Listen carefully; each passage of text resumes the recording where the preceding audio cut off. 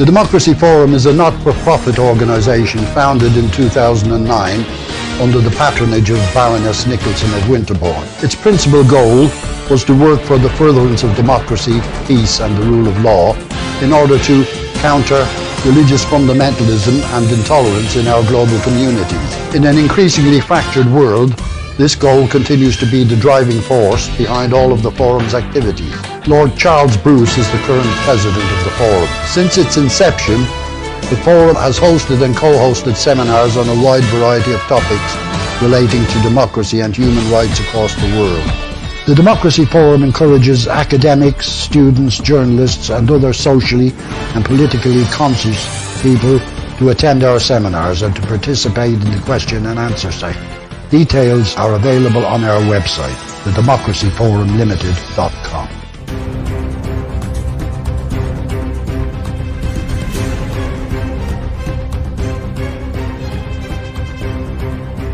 For the international community, China's expansionist policies are a growing cause for concern. From President Xi Jinping's vow to achieve peaceful reunification with Taiwan, to Beijing's aggressive actions in the South China Sea and beyond, the status quo seems in danger of shifting in China's favor.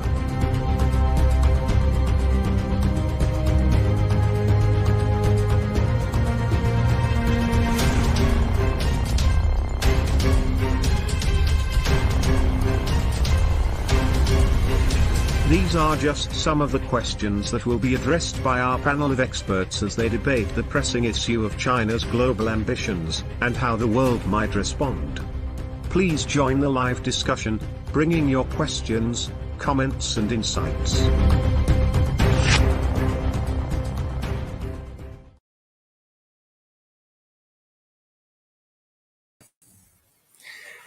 Hello and welcome wherever you are in the world. I'm Humphrey Hawksley, your moderator for our November Democracy Forum debate on an issue that more and more is on everyone's minds. Unlike so many other political issues, we're beginning to realize that this one will not leave the headlines anytime soon, anytime this century probably. From Greenland to Fiji, it doesn't go away. The crisis in Afghanistan, infrastructure in Nicaragua, it's always there.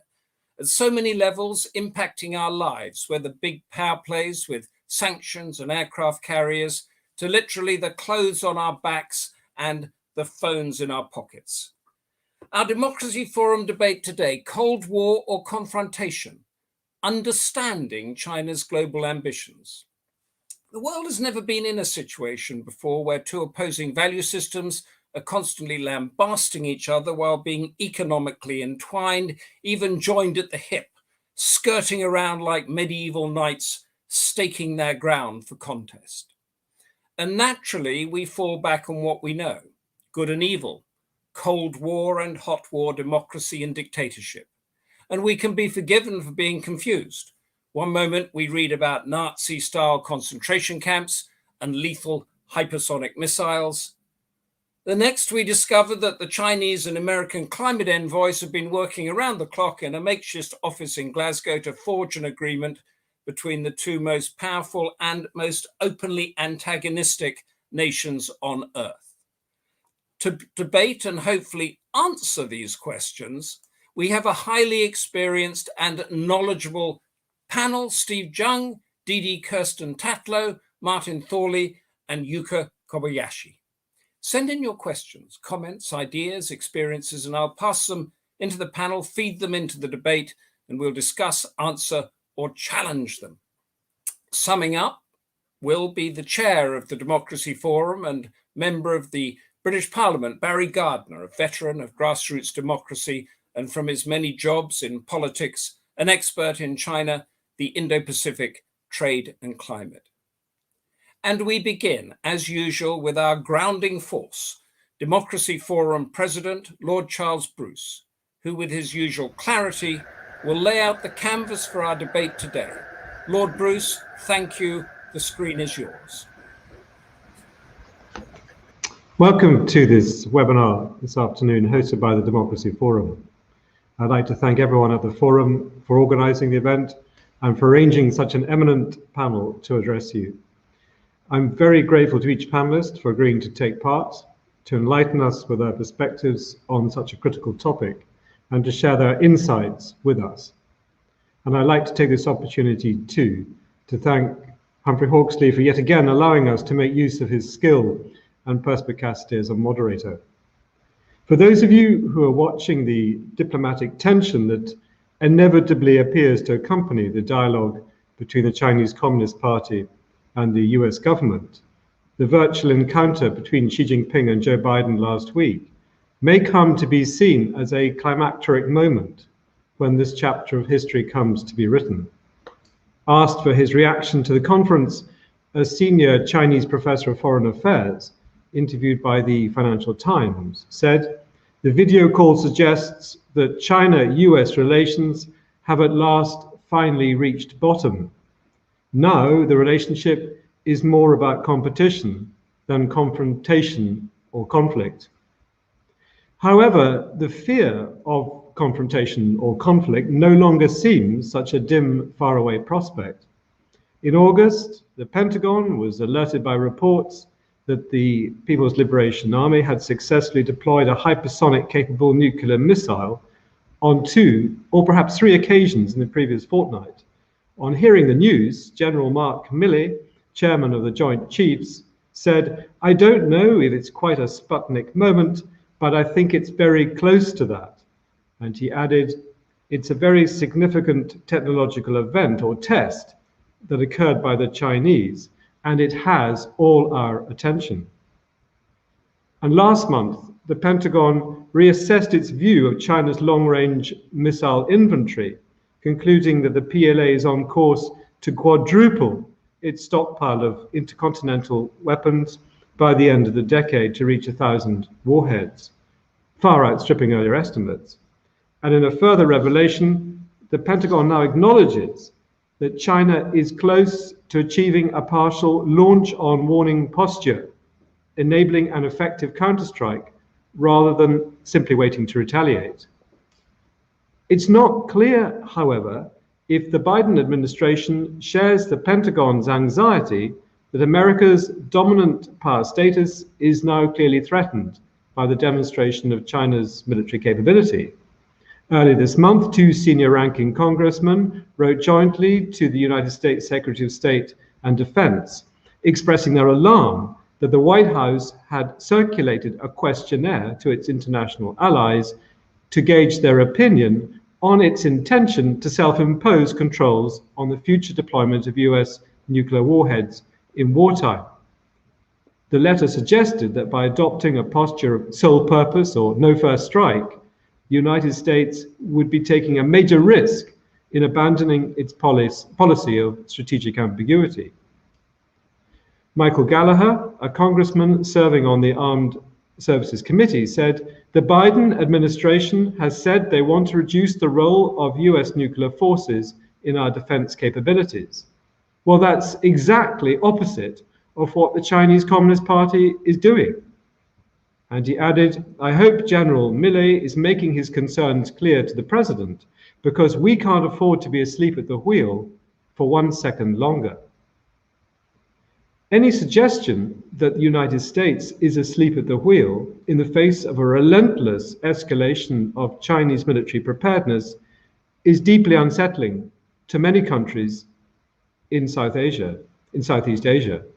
Caitlin Talmadge, a nuclear expert at Georgetown University, argues that China is not developing its nuclear forces for some bolt-out-of-the-blue attack on America, but instead is trying to lock the United States and China into a deeper mutual vulnerability stalemate so that the US cannot play the nuclear card in a conventional war, for example, over Taiwan. Writing a couple of weeks ago, the Financial Times Washington correspondent suggests that military leaders in Washington face 2 critical questions. Is China pivoting to a less defensive approach that has the potential significantly to alter the balance of power in East Asia? And could this enable China to win a conflict with the US over Taiwan by neutralizing the threat from American nuclear weapons?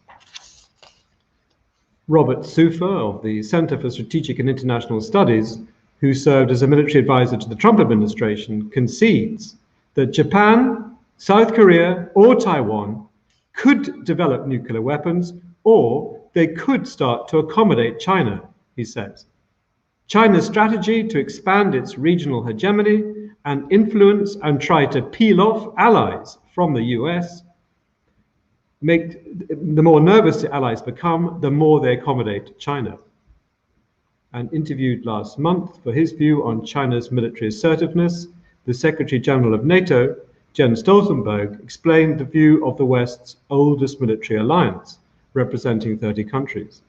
We don't regard China as an enemy or an adversary, he said. But at the same time, they now have the second largest defense budget in the world. They have the biggest navy in the world. They will soon have the biggest economy in the world. They coerce their neighbors. We see how they are behaving in the South China Sea, and they actually bully countries which are not behaving as they want. Perhaps the purpose of NATO's foundation over 70 years ago offers a relevant model for a collective security approach to anticipating and containing China's military ambition in the Asia-Pacific region. Following the announcement of the formation of AUKUS in September, the security analyst Antoine Bondaz commented that for China, the pact between Washington, Canberra, and London is the realization of a long-standing fear, the multilateralization of American alliances in the region. Today, it's Australia and the United Kingdom. Tomorrow, maybe Japan will join. Well, welcome to the webinar. Please feel free to put your questions and comments to the panel. Lord Charles Bruce, thank you very much. The fear of confrontation or conflict no longer a dim, faraway prospect and unsettling about US preparedness. Thoughts for us all, Cold War or confrontation? We're going to begin with Professor Steve Tsang, Director, China Institute at the School of Oriental and African Studies in London, and a familiar face on voice and radio and television, author and contributor to many books, specializing in 20th century Chinese history, Hong Kong, Taiwan, and much more. I've asked Steve to start off because he's going to be addressing China's global strategy on the basis of Xi Jinping thought, how President Xi has brought ideology back to the People's Republic, and with one aim, to make the world a safer place for authoritarian regimes. Steve Tsang, the floor is yours. Well, thank you very much, Humphrey, and also to the Democracy Forum for this opportunity. Indeed, I will be focused very much on China's global strategy, which is based on Xi Jinping thought. And the objective of this global strategy is to secure the uninterrupted rise of China. And I would say that there are a few key features that define this Chinese approach. The first is in terms of how Xi Jinping brought ideology back into China. If we look back in the last 30, 40 years of the reform and opening, we would get to a stage by the time Jiang Zemin and Hu Jintao were leader in China, that people were jokingly saying that the CCP didn't really stand for the Chinese Communist Party. It perhaps would stand for the Chinese Confucius Party. The ideology was being seen as being put on the back burner, not being taken seriously. Xi Jinping clearly has changed that. He's made it very, very clear. He is a Chinese Marxist. And Xi Jinping thought is meant to be the ultimate rendition of Chinese socialism. It is both, in Xi Jinping's interpretation, Marxist, Leninist, and also very Chinese. Now, Xi Jinping is not a great Marxist nor a great scholar of China's culture and history. So on both counts, they might not necessarily have met the test that academics would have said for being either good Marxists or good Chinese. but he is the leader of China. When he say it is what the party embraces, and that is what China requires to do that. And in this rendition of Chinese Marxism, there is a promotion in incorporation of a party-centric nationalism into this ideology, which portrays the Communist Party as the ultimate defender of China's tradition, that it is the Communist Party that make the people of China stand up, that make them rich, and now under Xi Jinping, he is going to make them powerful, great. And in so doing, Xi Jinping has basically put the Communist Party and its leader at the core of China's national interests. So when we look at the Chinese government talking about national interests, core national interests, the most important of which is in fact the interest of the party or its leader, or perhaps in particular its leader. In spite of all these returns to Chinese Marxism, what is also clear, I think, from Xi Jinping's writings is that he does not actually aim to export his version of Chinese socialism. In some ways, Xi Jinping presents the people of China as a bit of a chosen people, very special.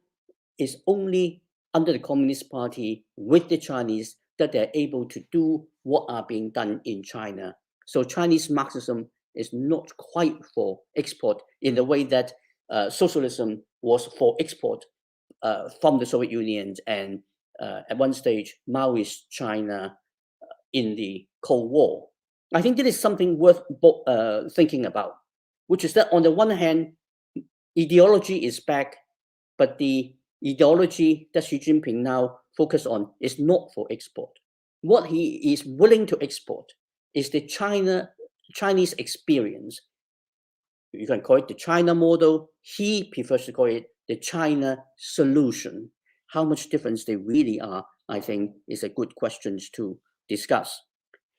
Because this is not really a revival of an ideological competition, I'll put it to you that we really perhaps should go beyond the Cold War frameworks to look at the relationship with China. We are not looking at the same kind of ideological competition between China today and the capitalist West on the other side. What we are looking at is an attempt at a beauty contest. Xi Jinping believes that the Chinese model under the Communist Party is clearly superior to what the American model is, or indeed what the democratic approach of the West has. He believes China has a far better model for governance and for delivering services, and indeed for how it engages with the rest of the world.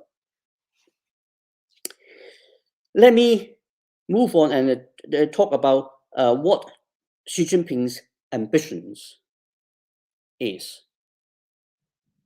His ambition is encapsulated in the concept of the China dream, which was the first thing he talked about when he became leader of China in 2012.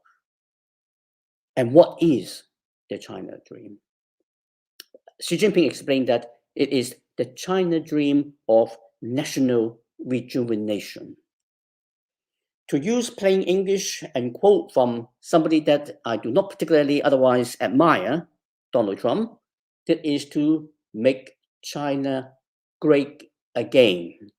It is a very clear message that Xi Jinping is sending to people in China. He wants to make China great again. He requires people in China to support him to make China great again. What does that actually mean? What Xi Jinping wants to achieve is to make the world safe for authoritarianism, as the Americans had previously done, at least until Donald Trump, and from Woodrow Wilson at the earlier 20th century, to make the world safe for democracy. Why is it necessary for China to make the world safe for authoritarianism? Because the Communist Party, and this precedes Xi Jinping, but is certainly still believed in by Xi Jinping, that the West, led by the United States, had a conspiracy, global conspiracy, particularly implemented after the collapse of communism in the Eastern Europe and the Soviet Union, which is part of that peaceful evolution conspiracy, and the ultimate goal, the ultimate color revolution that this Western conspiracy led by the United States wants to achieve is regime change in China. The last color revolution will be that of China. And if it is a world that is safe for authoritarian systems, then it is a world where this global conspiracy, peaceful conspiracy theory cannot be implemented, and the system of China under the Communist Party will be protected. But this is not just purely defensive. Xi Jinping wanting to make China great again also means that he wants to assert a leadership role for China in the world, particularly at the United Nations and other international agencies. China now previously it requests, now it simply requires the rest of the world to pay it due respect. So Chinese diplomacy has taken on something very innovative, as Xi Jinping claimed at the sixth party plenum when he issued the new resolution on history. Is innovative because it is now a kind of wolf warrior diplomacy, which of course is an oxymoron. It's a contradiction in itself. You cannot have a wolf warrior approach which is diplomatic, but this is what they are trying to do. And finally, to make China great again will require China to secure the return of territories it claimed, particularly the territory that the Chinese government has highlighted as its sacred territory, namely Taiwan. Knowing full well, if the Chinese government wants to take Taiwan, they will face resistance, which will also probably imply American intervention. And for China to successfully take Taiwan, it will either have to deter the United States from interfering, or it will have to defeat the Americans sufficiently in order to get Taiwan back. And that will be a development that has enormous consequences, because it will completely change the geopolitical balance of power in the Indo-Pacific region and indeed beyond. Well, I will stop here and hand it back to Humphrey, but we're happy to engage with you on any aspect of the things that I have said. Thank you. Steve, thank you so much there. There were a couple of things that struck me from that is the beauty contest concept and the not for export. So correct me if I'm wrong, as opposed to what we did, when I say we in the West went from our gunboats to the Iraq invasion, we come in and say, this is what you have to do, and we've got guns to prove it. China is saying, look how beautiful my system of government is. Surely you want to be part of what I can offer. Am I reading that right? Well, I think not 100%, if I may say so, Humphrey. I think what the Chinese government wants to do is that they are not going in to try to change democracies and turn them into authoritarian states. But they would be perfectly happy to support such a transition, which, from their perspective, in the last 5 years, well, it was happening a bit, wasn't it? Did the American democracy show how it could change? Did the assault on Capitol Hill not happen? Did Donald Trump not become president of the United States? Did the United Kingdom not change in the way how it behaved? when it complained about China not adhering to international treaties like over Hong Kong, did the United Kingdom not sign agreements and then say that, well, actually, we don't really mean that, we mean something else, that agreement doesn't stand.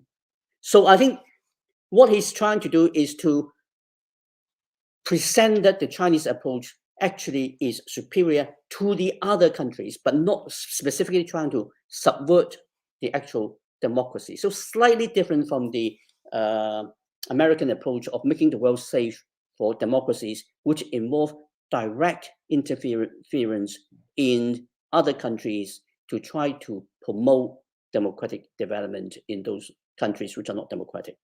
Then when you say requires respect, and to the audience out there, it seems that my face has gone. So I will take this on and then we'll try and get it back. But when you say requires respect, Steve, there'll be a sort of clash, won't there, as how much it requires respect to then how much people are willing to give it, and then do the guns come out of the holsters?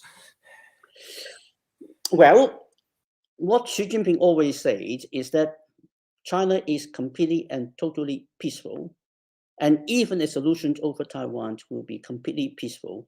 All that is required is that if the Taiwanese surrender, force will not be used, and therefore the solution will be completely peaceful. Now, in terms of the more general commanding respect, the Chinese government, I think this actually predates Xi Jinping. The Chinese government has been for quite a while now, been very, very keen to promote and project soft power. What the Chinese government doesn't quite understand is that efforts to project soft powers often will become counterproductive. Unlike, say, 30 years ago, when China really had very little scope for soft power, China today has enormous potential for soft power. It is having a lot less of it because of the implementation of the wolf warrior approach to diplomacy, particularly in the last 2 years. If we go back to before the pandemic, and if suddenly, hypothetically, the Chinese Foreign Ministry ceased to exist in 2019 and did not do anything through 2020 to today, I think China's standing in the world would probably have been higher. But by the Chinese Foreign Ministry's very assertive, aggressive approach to command and require respect from the rest of the world for what China has achieved, that actually turned a lot of people and governments away from looking at China as a benign force to become very suspicious of the intentions of the Chinese state. That's a very big point there. Continuing apologies, we're going to fix the screen in a minute, but I wanted to bring us. Thank you, Steve. Please stay around. And we're now going to Didi Kirsten Tatlow, Senior Fellow at the Asia Program, the German Council on Foreign Relations, and also a Senior Non-Resident Fellow at the Projekt Sinopsis in Prague. Didi's latest book, co-authored and out this year, China's Quest for Foreign Technology, Beyond Espionage. And she's going to give us an insight into what she describes as China's neo-totalitarian rise and how its goal is to manage or directly or indirectly control the world by 2049. Not so much a Cold War as a messy wrestle, she says. We were discussing whether that was be a martial arts wrestle or a sumo Japanese wrestle before we came on. I love that. Didi Kirsten Tatlow, the floor is yours. Right. Well, thank you very much indeed, Humphrey, and thank you for the chance to be here with everyone today. Thank you to Lord Bruce. Yes, a messy wrestle. I say that because it's clear how intertwined on a business, but also on a science and technological level, at this point, the economies of developed industrialized nations outside of China, such as in the West, also Japan and Korea, very, very important, and China are. You know, we had 40 years of engagement, driving cooperation forward, deep entanglement, if you like. So how does one even begin to sort of unpick some of this very large entanglement on all levels, if one then begins to senses quite strongly, in fact, in some places at this point, in the United States, even here in Italy, where I am today, in Rome, certainly, that some very specific aspects of the Communist Party of China, its plans, its nature, if you like, the nature of the Communist Party, what it intends for the world and for its people, keeping in mind the situation of the Uyghurs in the Far West, the crushing of political freedoms in Hong Kong, what it means for democracies, and what are we going to do about it? Because this is, after all, a rising power. It's a country, but it's also a civilizational power. And it's a very profound question. So I'd like to pick up on something that Steve said just now, the issue of the contest of systems, if you like, that the party pushes its own system as somehow intrinsically better. Well, the party has always seen the United States as a great competitor. It's always had it in its vizier, if you like, ever since Mao's days, when Mao would complain about the United States and said that China would overtake Great Britain in 15 years, for example, and the US in 50 to 60 years. More recently, Xi Jinping, the General Secretary of the Communist Party, quoted Deng Xiaoping, the leader from after Mao died, and said, you know, quote, "We are carrying out socialist modernization to catch up with the developed capitalist countries economically and politically, to create a higher and more effective democracy than the capitalist countries. Moreover, we will train more and better skilled persons than in those countries."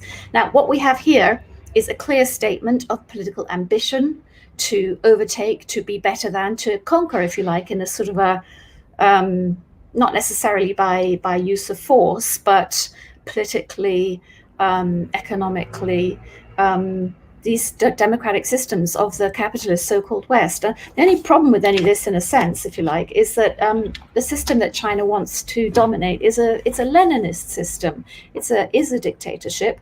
The people are, you know, the people are, they are controlled by the party, and the party is the vanguard of the people. That's the only way in which it functions. So we've got a really big problem. Now, I want to focus on our work, of course, has been about science and technology as a vector for China's immense rise. And it's absolutely true that it has been, and why it's so significant that we continue to allow all kinds of technology to go to China from more developed industrialized countries, because this has really been the basis of China's massive economic surge since 1978, as well as, of course, the very hard work and genuine ambition, understandable ambition of Chinese people themselves. So regularly, Chinese leaders, including Xi Jinping, say things like science and technology is the major field of contestation between the great powers, or between the rising powers, between us and America, essentially, or between China and the West. And this is absolutely correct, because, because China was awfully behind when the Communist Party seized power in 1949. It had gone through civilizational decay, if you like. Of course, the Republican period from 1911 was very fertile in many, many ways, and extremely interesting. But what China sought and wanted was a massive transfer of science and technological strength from these industrialized, developed Western democracies and Japan, that could then make it also big and strong. And we basically saw that happen. It's really extraordinary how little we understand outside China of the detail and the scope of the system that the Communist Party built up to identify and to transfer back to China the technology, of which made the West so strong economically after, you know, this whole process of science and the Enlightenment, and created great power and wealth. And it's really done that through a very broad series of tactics, policy papers, party pronouncements, building up a political network through many different avenues, including the United Front, of which we're beginning to hear more and more, but also from the Ministry of Science and Technology diplomats stationed in Chinese embassies and consulates around the world. There are 52 that we know of, who play a very important role in all of this, in actually identifying what Chinese bureaucrats in China from the Ministry of Science and Technology believe they need in terms of technology, and then actually identify companies where they're stationed and say, well, this company perhaps you could invest, this company maybe you can buy, and actually just connecting things up with these sort of wish lists. And what's so important about all of this is of course, because technology isn't just technology. Technology has always led societies. We've always seen that in all over the world, really. Technology is also, it's an economic force, but it's also state building. Technology builds states through, whether you want to say through surveillance or any kind of communications. And, that's why in the introduction to our book, we actually said that, this book is about China's rise as a neo-totalitarian technological power, neo-totalitarian because of the technology and the immense force it can give to a Leninist state. And this was made possible through access to science and technology that was created by countries it now challenges for global leadership. So that's a very holistic sentence, I think, and it really sort of sums up the strange position we're in.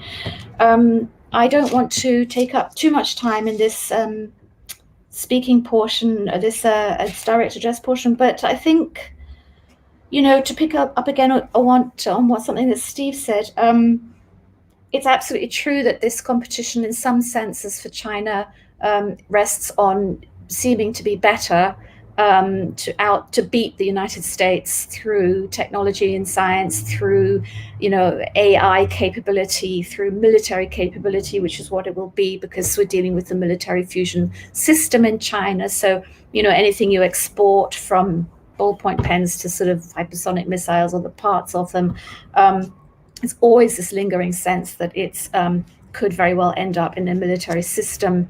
That's China's system of it's just how it works. It's a fusion system. Everything comes together. You can't separate things out very well.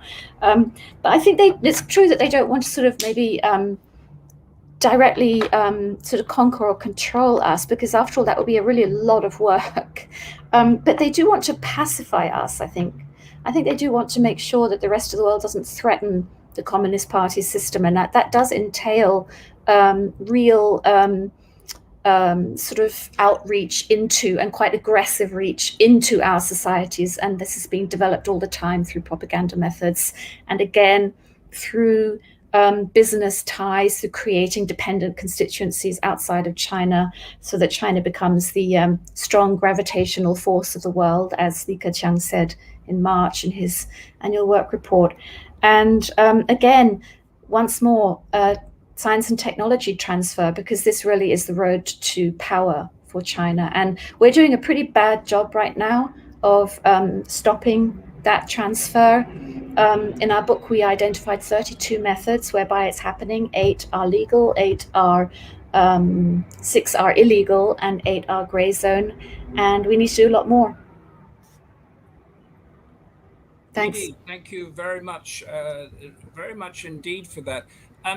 This technology transfer, it's the route of power, it's still going on. And you just mentioned at the end, you gave the percentages of what was illegal and what was legal. It was what I was going to ask you. But on the illegal stuff, how illegal is it? I mean, do people get arrested? Do companies get closed down? Or do they just get a rap over the list? And who's policing it?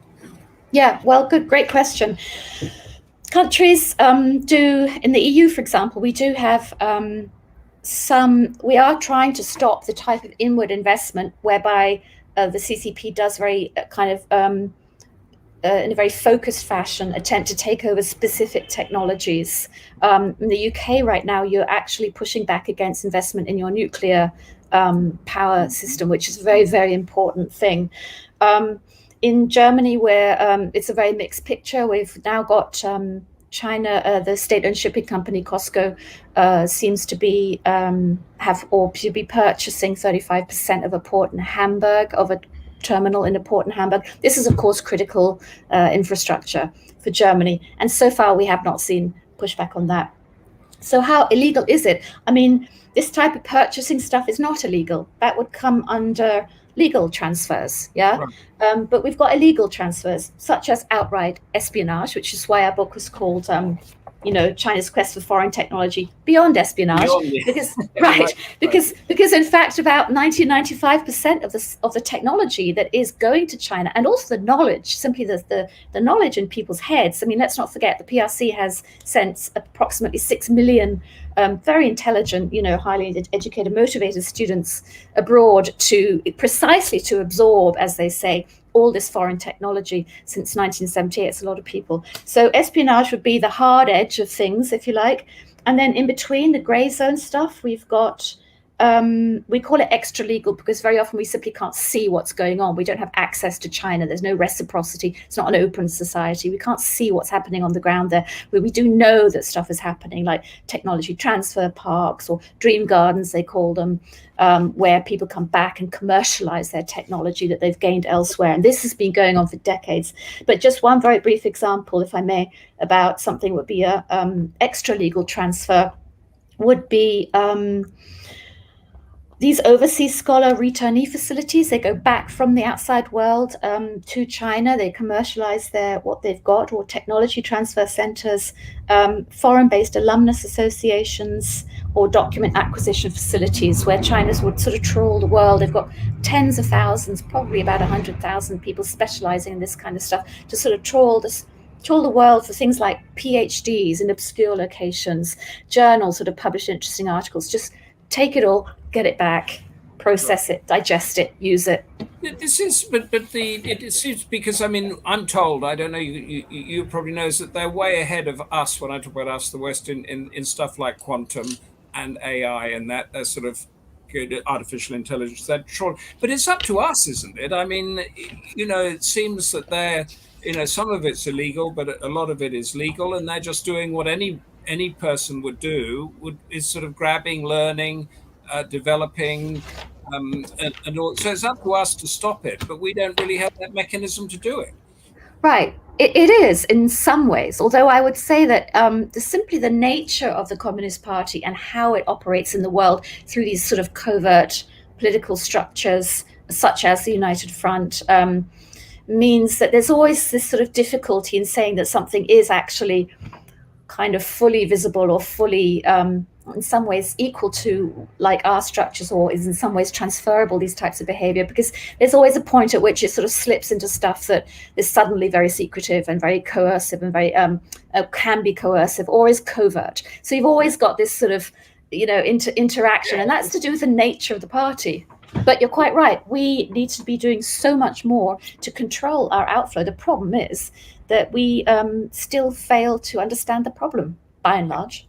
So you called it a messy wrestle, not a Cold War confrontation. Can I bring Steve back in for just a second? Because I forgot to ask him. Steve, Cold War confrontation, or is there another word for it? Just give us one word or one phrase for the situation we're in. I think we are looking at a competition, a system competition. I mean, I prefer the beauty competition because that is something which is more appealing to third parties, but it is a system competition. A competition, so competition and a messy wrestle.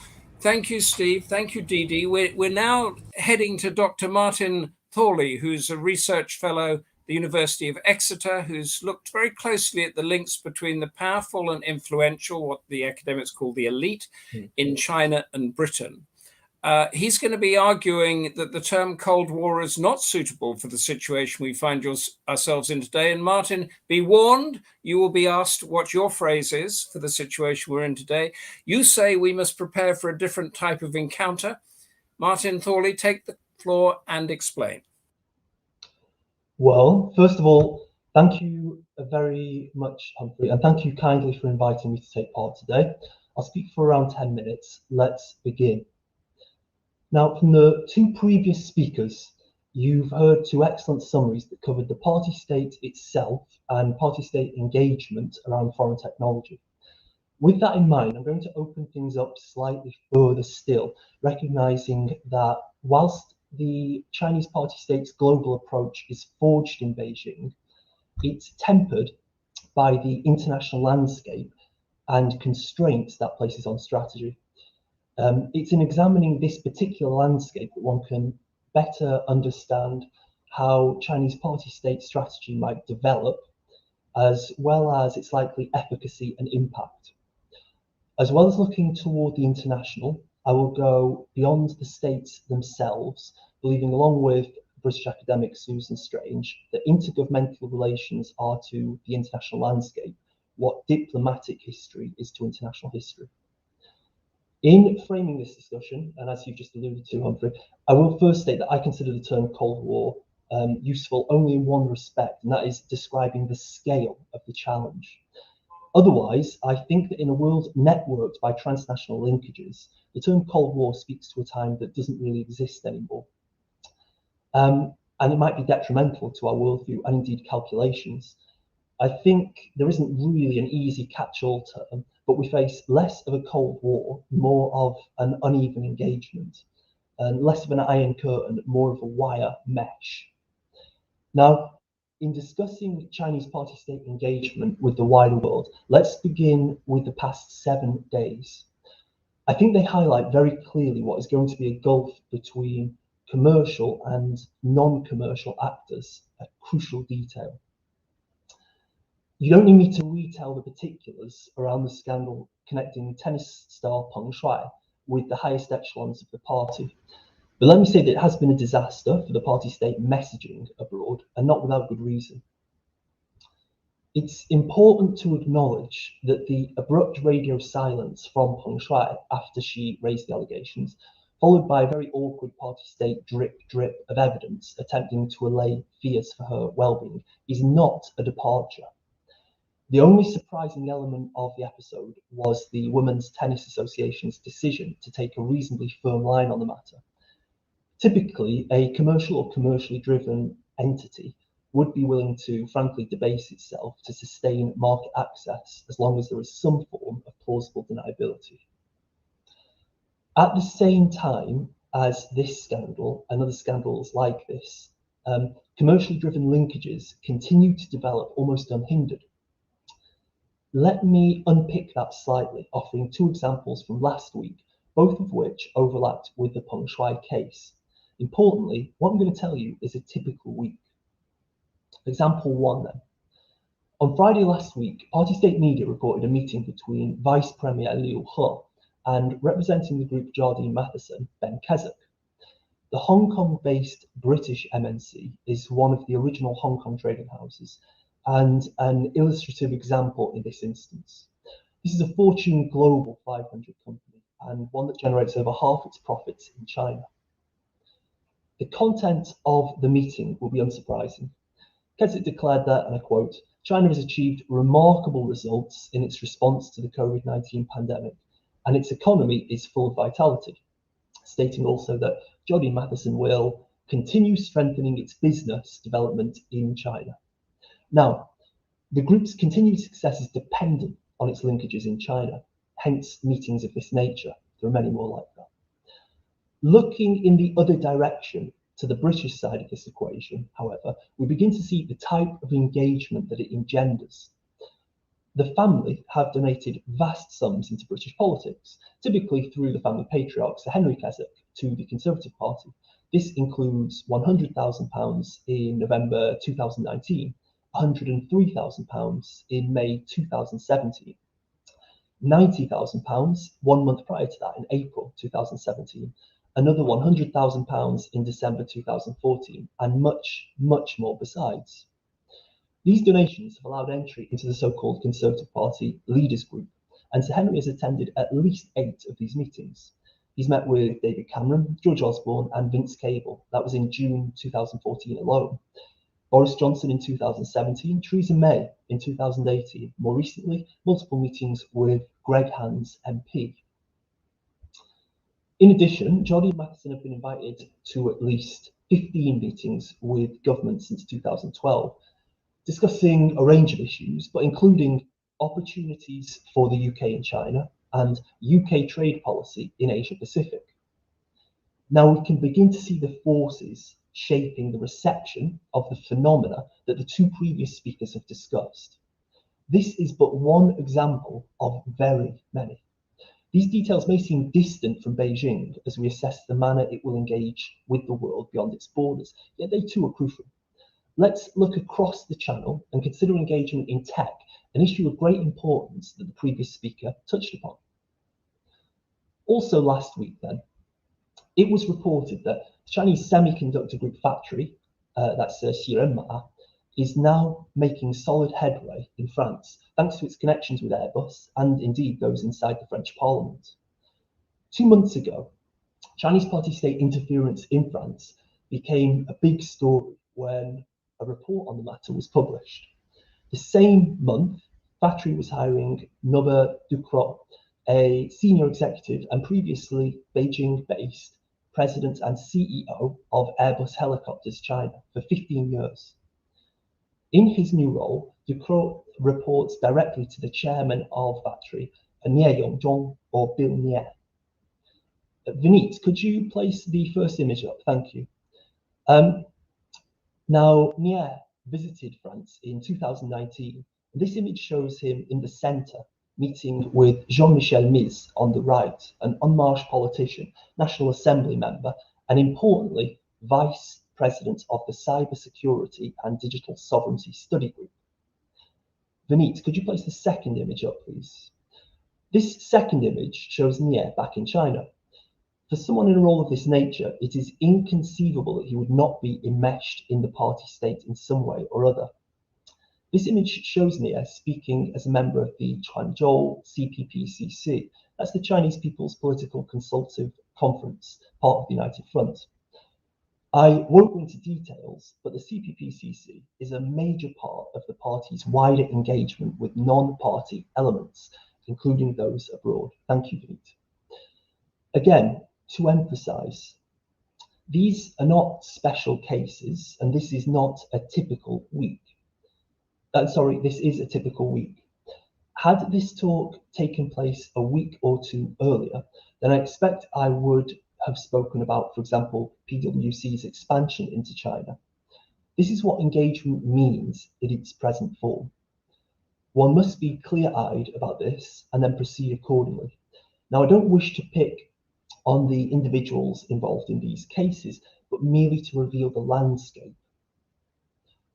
To conclude, I hope these simple examples, in fact, show that talk of the Cold War draws one to think of states and espionage and perhaps even military engagement.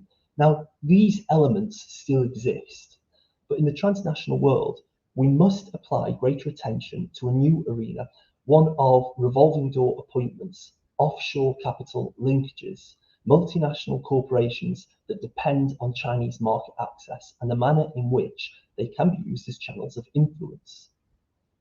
In short, the environment as it stands and the challenges engendered by the changing global conditions, including Chinese party state activity, should serve as a reminder that amongst the other challenges, one must keep one's own corner clean. Now, there is plenty more to say on the matter, but for reasons of time pressure, I should leave it there. I'll be happy to answer any questions later. Thank you. Martin, thank you. That was fascinating. I would just like to encapsulate it really into your definition, if I've got it right, is that because we've had messy wrestle competition, you've created a wire mesh. Is that right? And the way you've described it, you have parallel things going on. You have these very intricate, commercially intimate, in a way, relationships being set up with the influential and powerful that you outlined in detail to get things done and open doors and, I presume, set up factories and all that sort of thing. And then underneath that, you've got what's in our headlines, which is our aircraft carrier going, or our carrier group vessel going through the Taiwan Straits and the Hong Kong issue and the Xinjiang issue. Are there parallels here to Henry Ford dealing with the Nazi regime in the 1930s? Or are we in a completely different phase now whereby, and then and how do the two of them ever come together? Because at some stage these two forces are going to have to clash, aren't they? Yes. I mean, I would say that I don't think there's as easy a term as Cold War in that instance. I say at the moment we have a form of uneven engagement, and instead of the Iron Curtain, I would say there's a wire mesh, because some things pass through very easily, but other things get caught, and that's crucial. In terms of your second question there, yes, one of the points, the central points I wanted to highlight here was this commercial versus non-commercial. It is an increasingly important gulf, and frankly, if it continues the way it's going, the centre will not hold. That is going to be a very big problem, and I would say a prudent government would be thinking about that and thinking about short-term, medium-term, long-term about this particular question. Just to touch on your final point there about Ford, you know, I'm always wary of going back to say, you know, to Nazi Germany. So there probably are parallels here. And just to give one example, there's a lot of talk at the moment about Hollywood and about studios and the way in which they engage China. There was an excellent book written, I would imagine about a decade ago now, and it went back to Hollywood studios around the time of the rise of the fascists in Germany, and about the manner in which they changed the content so they could secure the German market, which is a very interesting parallel and touches on what you're saying there. So yes, there are parallels there. However, I think you know, there are limits to that comparison as well, obviously. Yes, no, I mean, we did, and I don't like going back either, absolutely, as you say, but because of we're getting now these comparisons, particularly with the Xinjiang camps and the you know, and then the genocide allegations and all of that sort of thing, you know, it does strike you, are we in a situation whereby there's this sort of commercial interlocking that there was in just before the First World War, and with Germany and that, and how do we deal with it? Because you've got these two things. Thank you for that. You're down. I've got you down as wire mesh. Okay, so we'll see what our next speaker, Dr. Yuka Kobayashi, a lecturer in China and international politics at the Department of Politics and International Studies at SOAS. And although not very frequently now, but I must mention it, a visiting research professor at Nankai University in China. And I mention that because it means that at some stage you have had an academic foot in both camps, so you can shed light on that for us, perhaps. Now, you brand those who talk of Cold War and confrontation as myopic. And that the two of the biggest challenges today, climate and COVID, you quite rightly say, require global cooperation. But say the other camp, and we've touched on this before, how much of that can be seen as appeasement. I will be asking you at the end of this how you define the situation, but Dr. Yuki Kobayashi, for the moment, the argument is yours to win. Thank you very much, Humphrey, and thank you very much, Lord Bruce, for the invitation to this interesting debate. I'm really first going to structure my talk first about sort of unpacking China's goals, and then examine what does that lead to in terms of this, where are we headed, what should the international community do in this respect. Now, the beauty of going last is what I can say is that I agree with a lot of everything that's been said so far, and I can actually tap onto the discussions that's been really outlined. So I'm actually going to define China's ambitions by this China dream, or the two centennial goals of really rejuvenating China, and I agree wholeheartedly what Steve has actually outlined in terms of what are Xi's ambitions. And that's going to allow me to sort of tap into the discussion about how do we actually go forward as a Cold War confrontation. And I think the examples that Didi and Martin actually showed are really useful to understand that it is not a smooth way forward at all. So when I say that labeling this as confrontation or Cold War, I'm not saying that we should be a doormat for China, in the sense that there are a lot of issues that need to be outlined. If you look at China's rise and what's been happening with South China Sea, East China Sea, you're seeing seeing a lot of confrontation around freedom of navigation, and that's something that has to be acknowledged. We need to have guidelines, and what Biden said in terms of guardrails, right? In terms of defining the parameters of this relationship, and I think that's really essential. So I'm not really diminishing this kind of level of competition between China and the rest. What I'm saying here is that there are a lot more dangers in going through this strategy and trying to examine this with this kind of Cold War lens.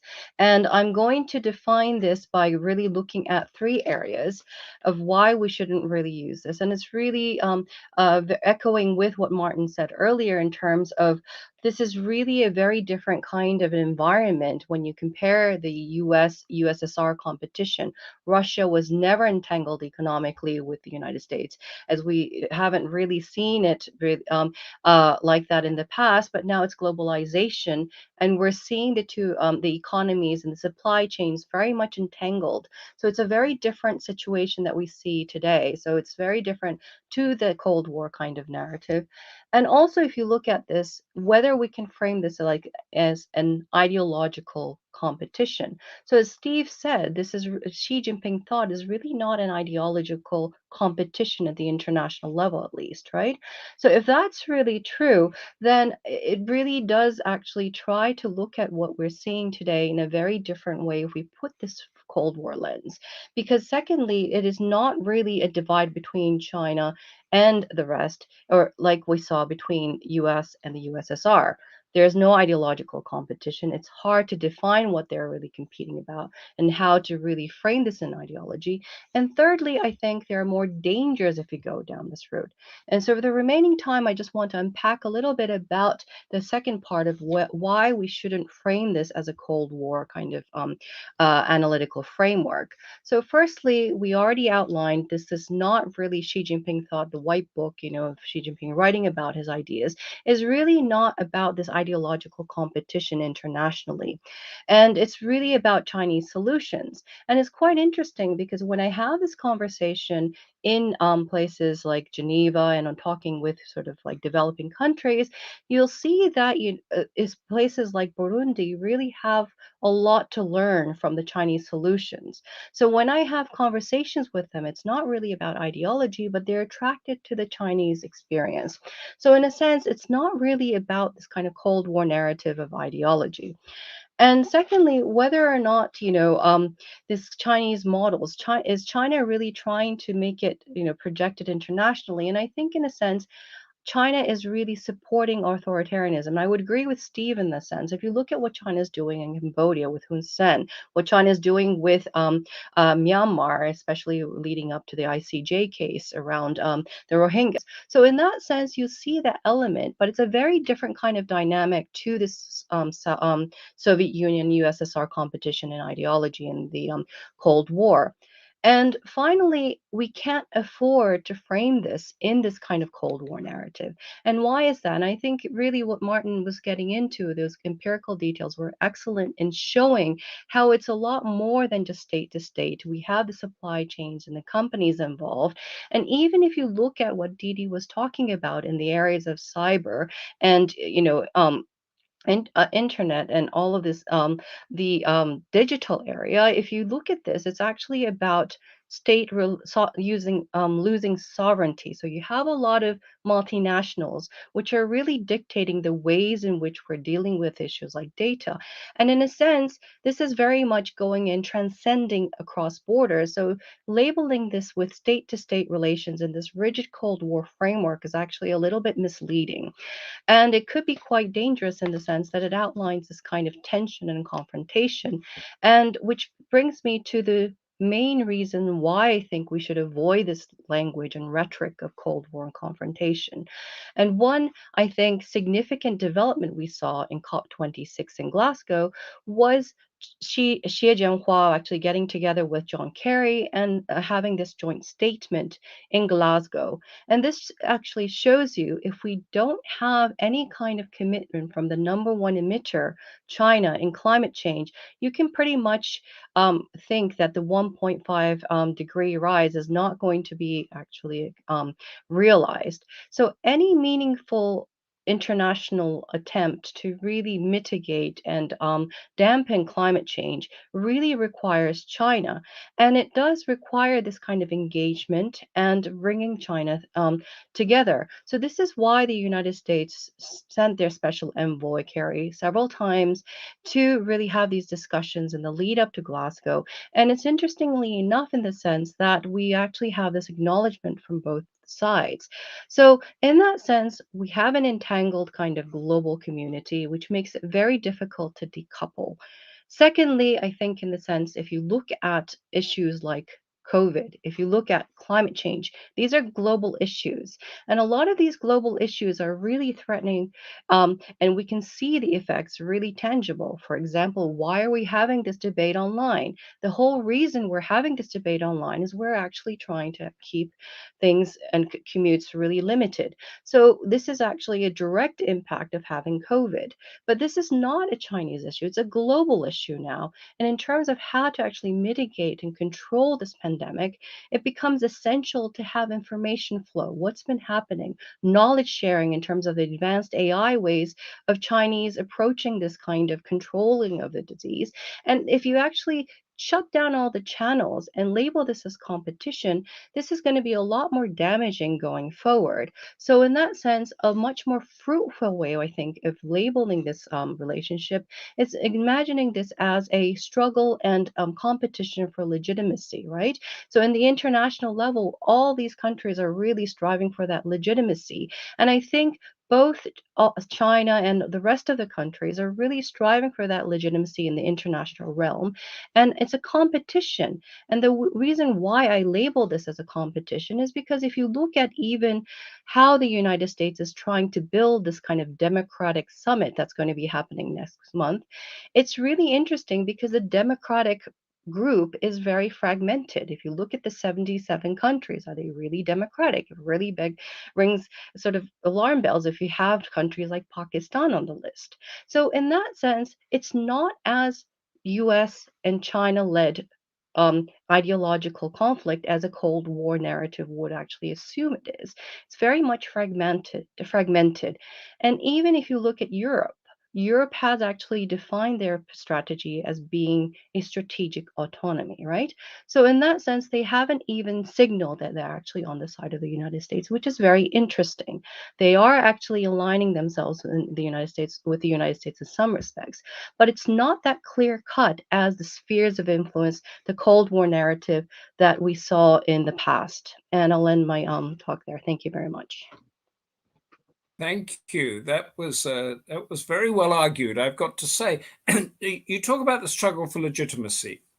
We know that the catchphrases that are coming out of the hawks on both sides, the Global Times and the hawks and Bing, like this idea, like this confrontational. So we hear it's a Marxist-Leninist state, for example. We hear it's a dictatorship. We talk about Cold War. These are catchphrases. If you want to diminish that in the conversation to the electorate, the voters who are going to vote for our battleships to go out on, when you say struggle for legitimacy, you're actually putting equal legitimacy on both sides, and that's not going to wash in the corridors of power in Whitehall and Washington. Sorry, I'm actually trying to pull things from the academic discourse, which is probably not helpful in this respect.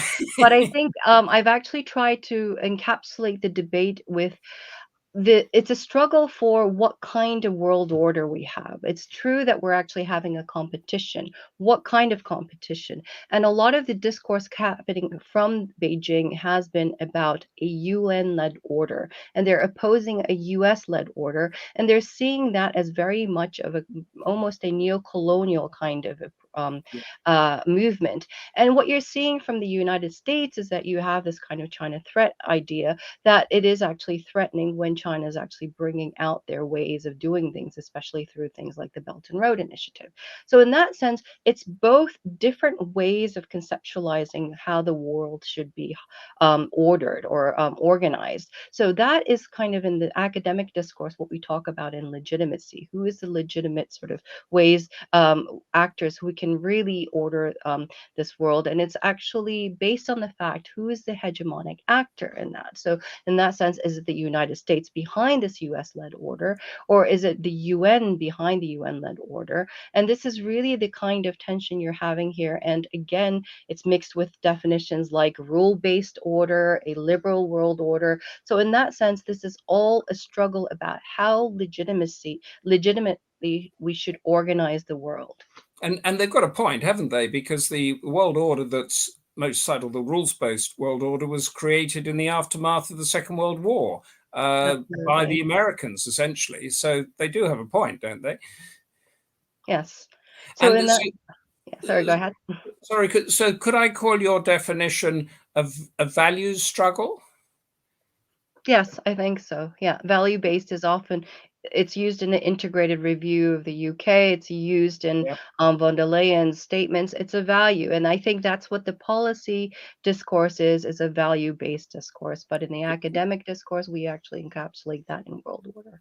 Brilliant. Now, stay here because we're going to open up to some questions. And because my technology seems to be so ropey at the moment, I'm going to read this question off the phone and go to you, Yuka, and then throw it out to the floor because it's an interesting one. It's from Rimjin Sud. It says, was America's earlier encouragement of China's rise a huge strategic mistake that can't now be reversed?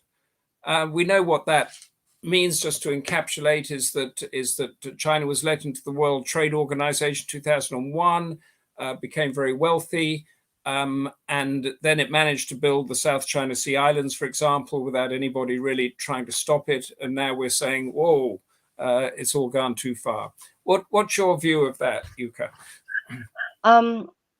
I think this is actually really this debate about engagement and containing China. And at the point of 2001, China's economy was mattering too much for it to be left out of the World Trade Organization. Now, in terms of whether or not they should have actually been able to join at that point when they were not at the same level with a lot of those market economies in the WTO, that's a lot of debate, especially around when China actually came out of their transitional phase and became a full-blown member. Now, I'm always one to think that engagement is good. And if you look at the debate around WTO accession, it's similar to the debates around Japan and what happened in the 1960s in the GATT. None of the actors really thought Japan would economically rise so quickly to really challenge the United States in the 60s and 70s. And you see this in the GATT's discussion. Now, the number one difference here is that rising of the economics and basically developing trade is very important in terms of making sure that these states are actually stable and become developed members of the global community. So I'm all one for actually membership. Now, I think the difficulty is also in terms of looking at what happened in the WTO, which is another issue if you look at the discussion around the WTO reform.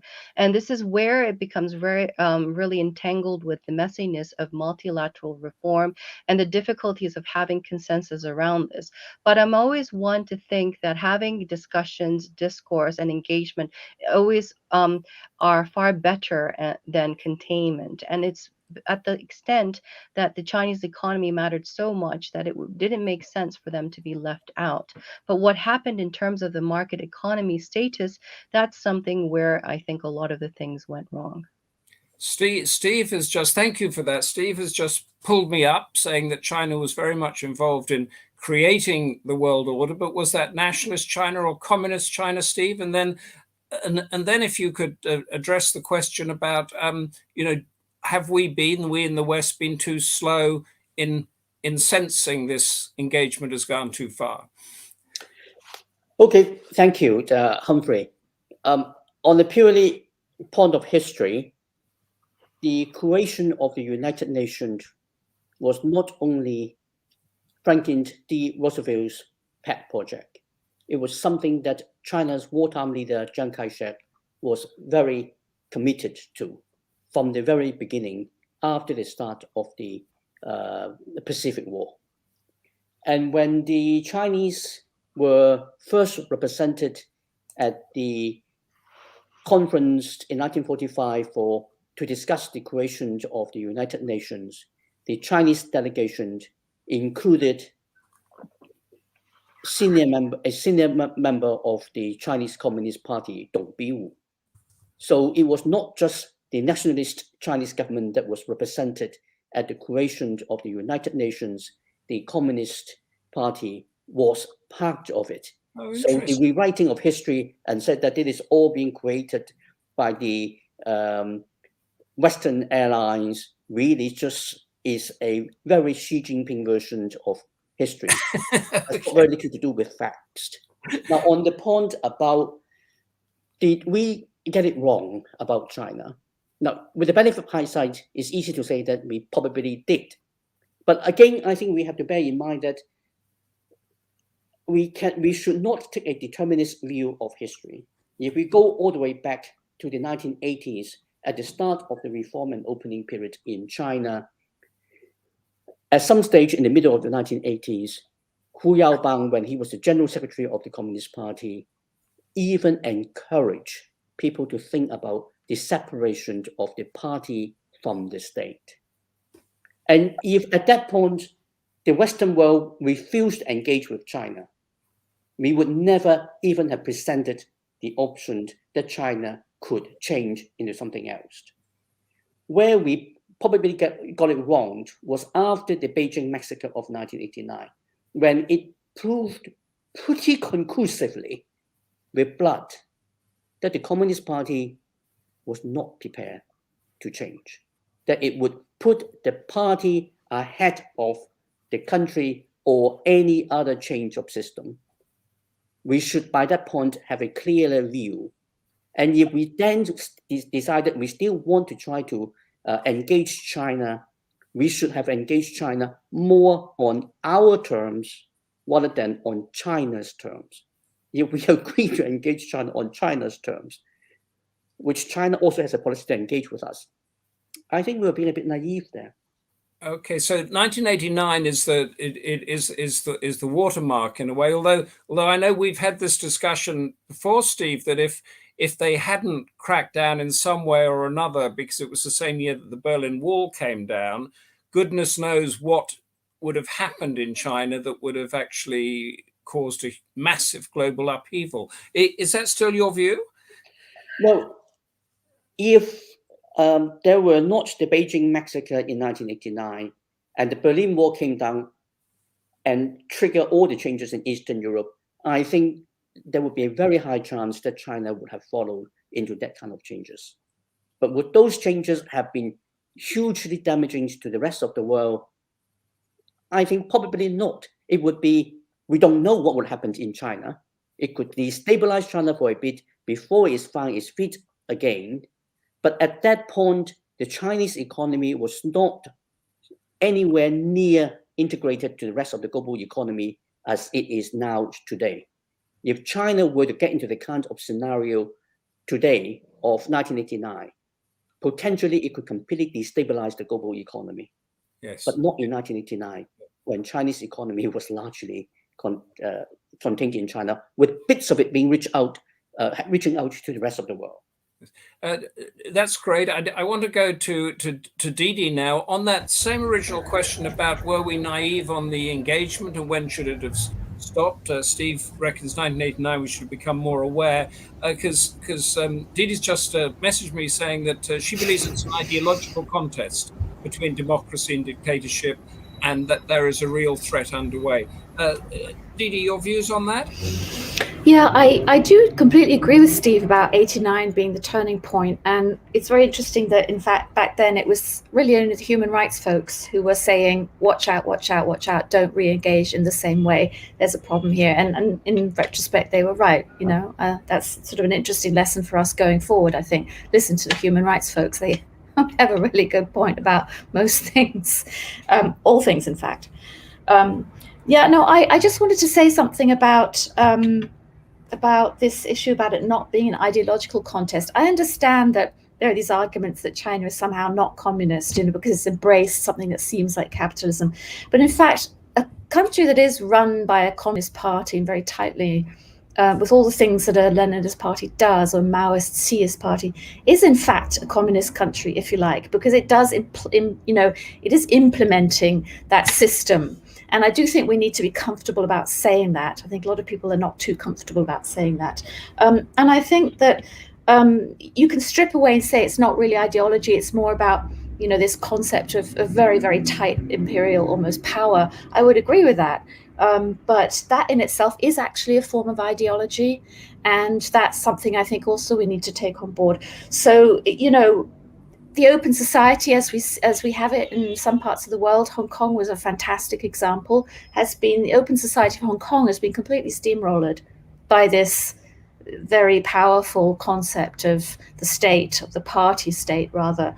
And that does exactly show us, I think, the problem or the challenge or the threat that China poses. One final thing I'd like to mention, you know, here in Europe and in Germany, I've sort of written about this and talked about this quite a lot, but we really need to get our heads, I believe, around the idea that, you know, just how vulnerable democracies are. They always were vulnerable. We saw that in Germany in the 1930s, how they could be subverted by, you know, actors with intention to do so. Their very openness is turned against them. I think what Martin spoke about, the wire mesh, I think that shows that how the openness is turned against it by determined actors.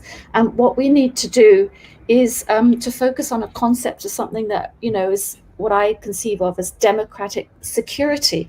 How do you make democracies more secure? How do you enable that they're both democratic and secure? You can't deliver security. You're not gonna succeed. You know, security is absolutely necessary. But yeah, we do cherish our democratic systems. So I think we need to do a lot more thinking about how to bring those two aspects together.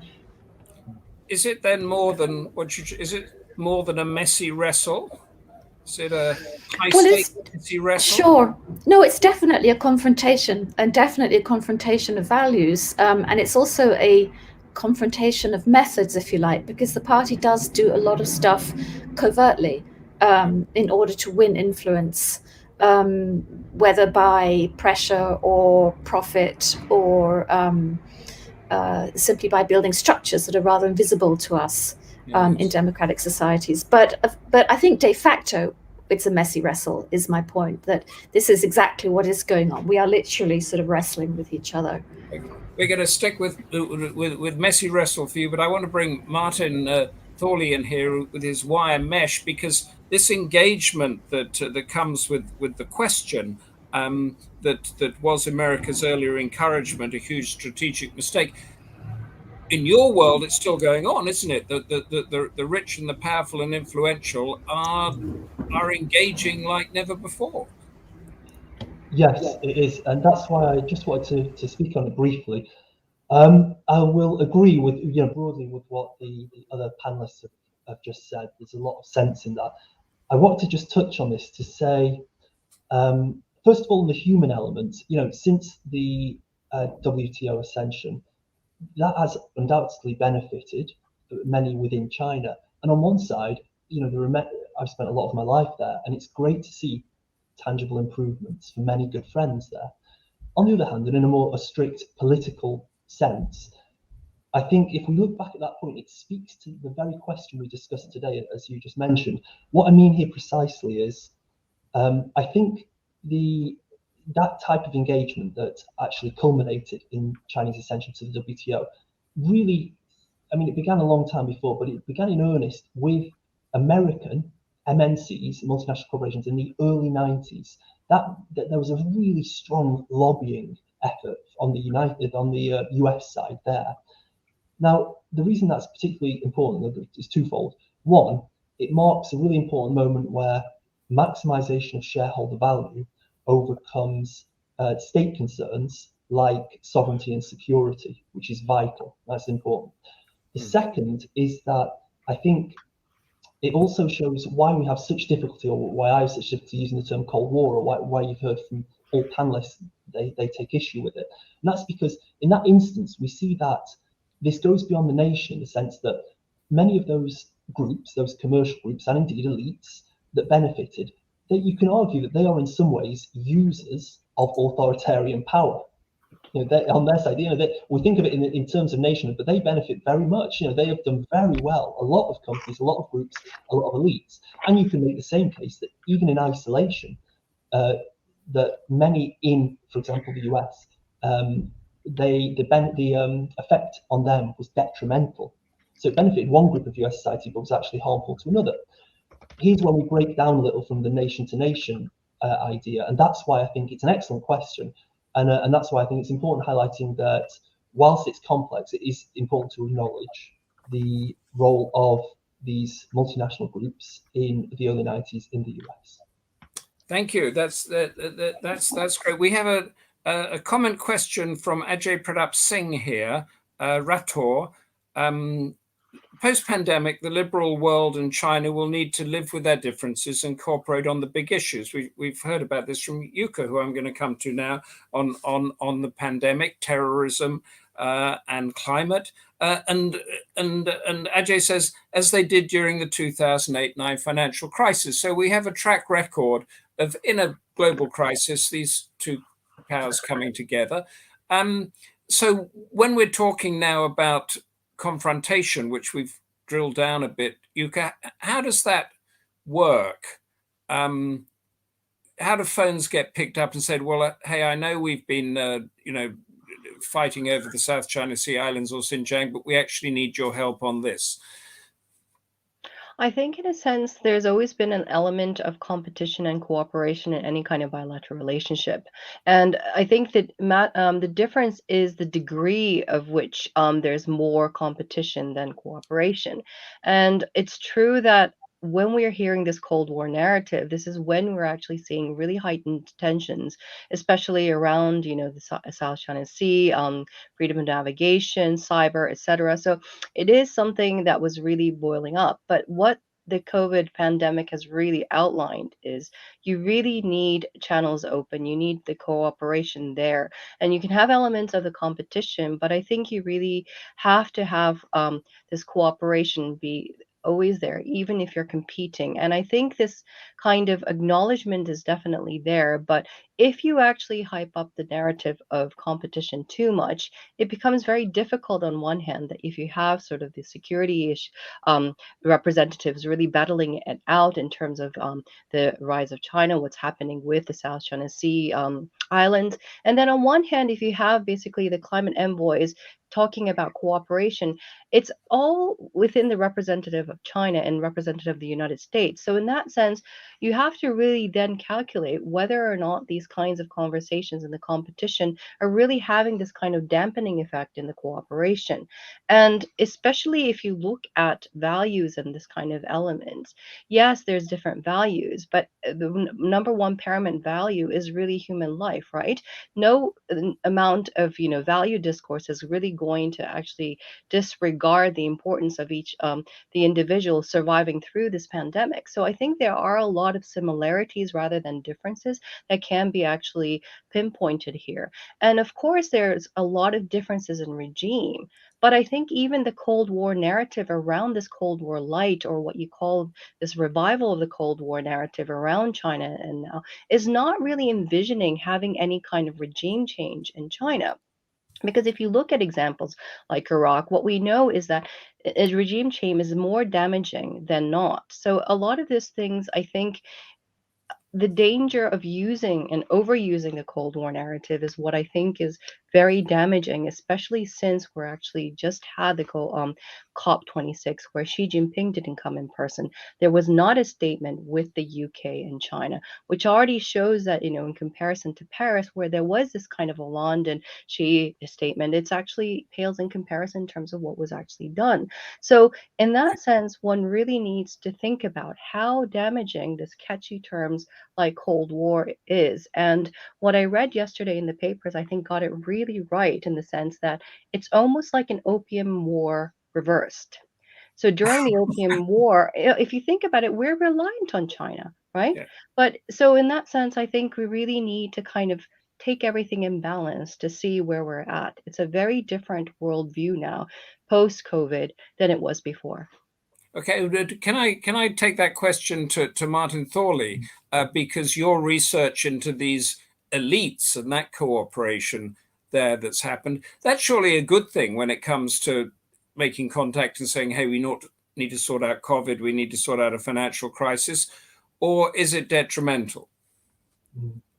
That is a very difficult question to answer. I will try my best. You obviously you need to keep communication where possible, and I think few would argue with that. I think to address the question directly, I would say that how to cooperate and on whose terms. There would be one major change, which I think is probably within our gift, and that would be if you engage with China, you are engaging with the party. That's really crucial first, because we engage at many various levels. And the party's a bad thing, is it? Because if you engage with Britain, you're engaging with the ruling party and the government, aren't you? Oh, well, I would say that the two examples are incomparable. So let's say you're working with a company here in the UK. Okay, yeah, there are regulations. There's some linkage. You're dependent on the laws. But if you deal with the media, the judiciary, the police, any major organisation, any trade union, you're dealing with the party, and you're dealing with a group that will put its interests even before that of the country. So it's a really different form of engagement. With that in mind, I would say that when we think about the different types of engagements and how we could improve it, just in terms of as short an answer I could do, I would say that we need to accept that there's this latent network, that these organizations within China do eventually pull back into the party through various channels. And then in terms of our own engagement, I think we need to think about that when we engage, primarily, especially from a commercial point of view, and when commercial actors do that. That's one thing. Commercially, you're engaging with the party too. So this was the issue over Huawei, wasn't it, and everything? You know, it says it's an independent entity, but actually it's not, and nothing is in China. Yeah, I mean, it's implausible. It can a really significant organization always goes back to the party. It cannot be any other way. So yes, we just need slightly more realism on how we engage in that way. So I can't give a strong answer on how it's going to cooperate, but that would be one way to improve in the short term. Right. Didi, you've sent me a note about cooperation. Not very good. Tell us about it. Obviously, positive things, but they need to be. I think we also need to understand their limits, in the sense that just using the example of COVID, I honestly don't believe that having been overall nicer to China prior to the outbreak of COVID would have made much of a difference in terms of being able to figure out what on earth it actually was. Because let's not forget that back in 2003, which is when I went back to Beijing as a journalist and then was there for the next 14 years, we had a terrible SARS-1 outbreak. And in fact, back then, China never permitted any kind of independent investigation, whether led by the WHO or not. A true investigation, remember, the one that happened now was not an investigation. It was just a sort of a report. They reported on pre-investigation by the Chinese side. That's all they were allowed to do. So it didn't work back then either. So I'm not sure that in this specific example, that the more cooperation always brings greater things, or more dialogue, that logic really holds here. And in fact, I would like to sort of just say that I think that China does have a rather zero-sum view of international relations. And this has to do with the nature of the Communist Party. If we take Australia as the example, Australia pushed back in several ways against China recently and has been harshly punished for it, including with calls to control its domestic media, stop all those sort of pesky journalists, and a whole bunch of other things, trade we know about, research. But Australia didn't just, if you like, in bunny ears, push back over COVID by wanting exactly that independent investigation, a verifiable one. It also was increasingly resisting what China was doing in Australia in its sort of networks and through cyber espionage, for example. For example, the Australian Parliament was hacked, they believed, by China. The Australian National University, the ANU, were the Chinese hackers, they believe, were in those systems for months. And, the ANU, of course, is the national university. It trains a lot of diplomats, a lot of security, a lot of defense people.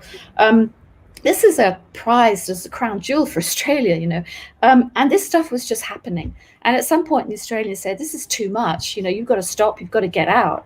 And what happened? Massive pushback, official and unofficial boycotts and attempts to change trade terms and all kinds of stuff. And now the Submarine Security Pact with the US and the UK, which sort of...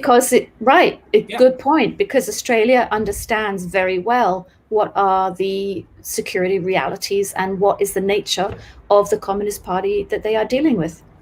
I see that Barry Gardiner is with us, and thank goodness. So we're going to get a great summing up from him in a few minutes. But I'm going to push out the last question from Prashant Kumar that I've saved till the last. Prashant Kumar says, is the US-China Cold War situation likely to turn hot? We just stumbled upon, but naturally, the submarine pact with the UK, the US, and the rest of it. Steve, you sent me a note saying cooperation on whose terms? Tackle that, and also tackle, is this Cold War going to, or not Cold War, because we've decided it's not, is whatever happening now going to turn hot? Absolutely. I think to the previous questions, in terms of cooperation, no sane person would say that we should not cooperate. But on whose terms do we cooperate with? Now, the Chinese government is very clear in terms of whose terms it is. It's on the Chinese government's terms and on Chinese government's terms only. We have seen how the Chinese government effectively take over some of the UN agencies so much and so effectively that some of the UN agencies have completely changed in terms of what they are meant to do. It wasn't that long ago when we still have a UN High Commission for Human Rights that regularly China was a significant subject of discussion. And there was a time when human rights abuse in China was significantly less than the human rights abuse we are seeing in China today. With the reorganization of the UN Human Rights Organization to the Human Rights Council, of which China became the founding member and has since managed to fill it mostly with friendly allies in the council, China doesn't get discussed very much, even when there are very systematic abuse of human rights in Xinjiang against the Uyghur minorities. And this is how cooperation happens on neutral grounds beyond the kinds of things that Didi has been talking about. On the issue of whether there is going to be a hot war, I think that is really all about Taiwan. And can I just ask you a specific about Taiwan? Is that most of what China has been doing is sort of pragmatic, but Taiwan seems to have an emotional element attached to it that might make it do something that is not pragmatic, because it doesn't need it to expand for its economy, for its status in the world, does it? So is that emotional against the pragmatic element there in Taiwan? I think the Chinese government presented it as a sovereignty issue, but it is much more a strategic issue for the Chinese government. Again, if we go back into history, you will be surprised. But one of the original and most strong advocate of Taiwan independence was the Communist Party of China.